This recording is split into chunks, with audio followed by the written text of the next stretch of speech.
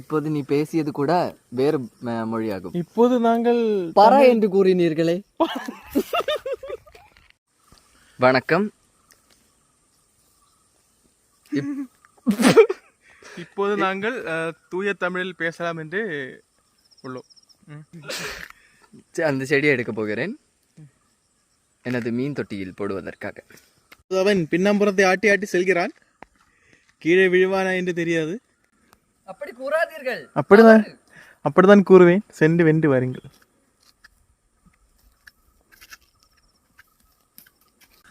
என்ன தெரிகிறதா? நன்றாக தெரிகிறது. இது தாமரையா? தெரியவில்லை. நாம் வந்த வேலையை மட்டும் செய்வோம் அல்லவா? அது சைனாக்காரி சம்சாரிக்குது.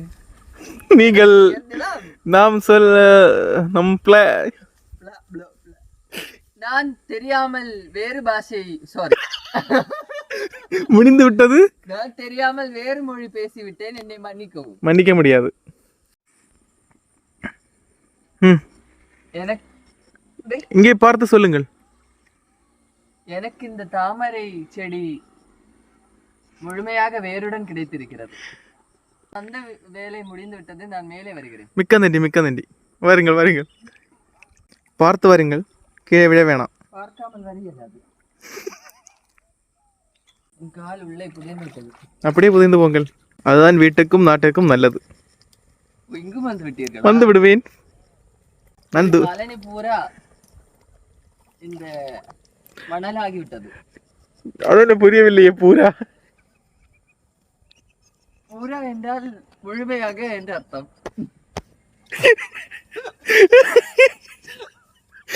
பூரா என்றால் முழுமையானதா? நன்றி. இது எனக்கு ஒரு புதிய அறிவாக இருக்கும்.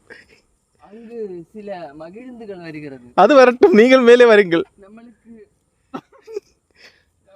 சிறிது தொந்தரவாக இருக்கும் அல்லவா? எதற்கு நமக்கு தொந்தரவு? காணொலி எடுத்துக்கொண்டிருக்கிறோமே. அது பரவாயில்லை. இறுதியாக நான் குளித்து முடித்தேன் நண்பர்களே. ஆனால் இவர் குளிக்கவில்லை. உங்களுக்கு அந்த பழக்கமே இல்லையே. நான் வீட்டிற்கு போய் குளிப்பேன். விட வேண்டாம், தவிர்த்து கொள்ளலாம். அதெல்லாம் நீங்கள் அனுப்புவது நான் இட இயலும். மற்றதொன்று அனுப்ப மாட்டீர்களே. செல்லலாம். இவர் பேசுவார். இத்துடன் இந்த காணொலி முடிவடைகிறது. நன்றி, வணக்கம். நன்றி.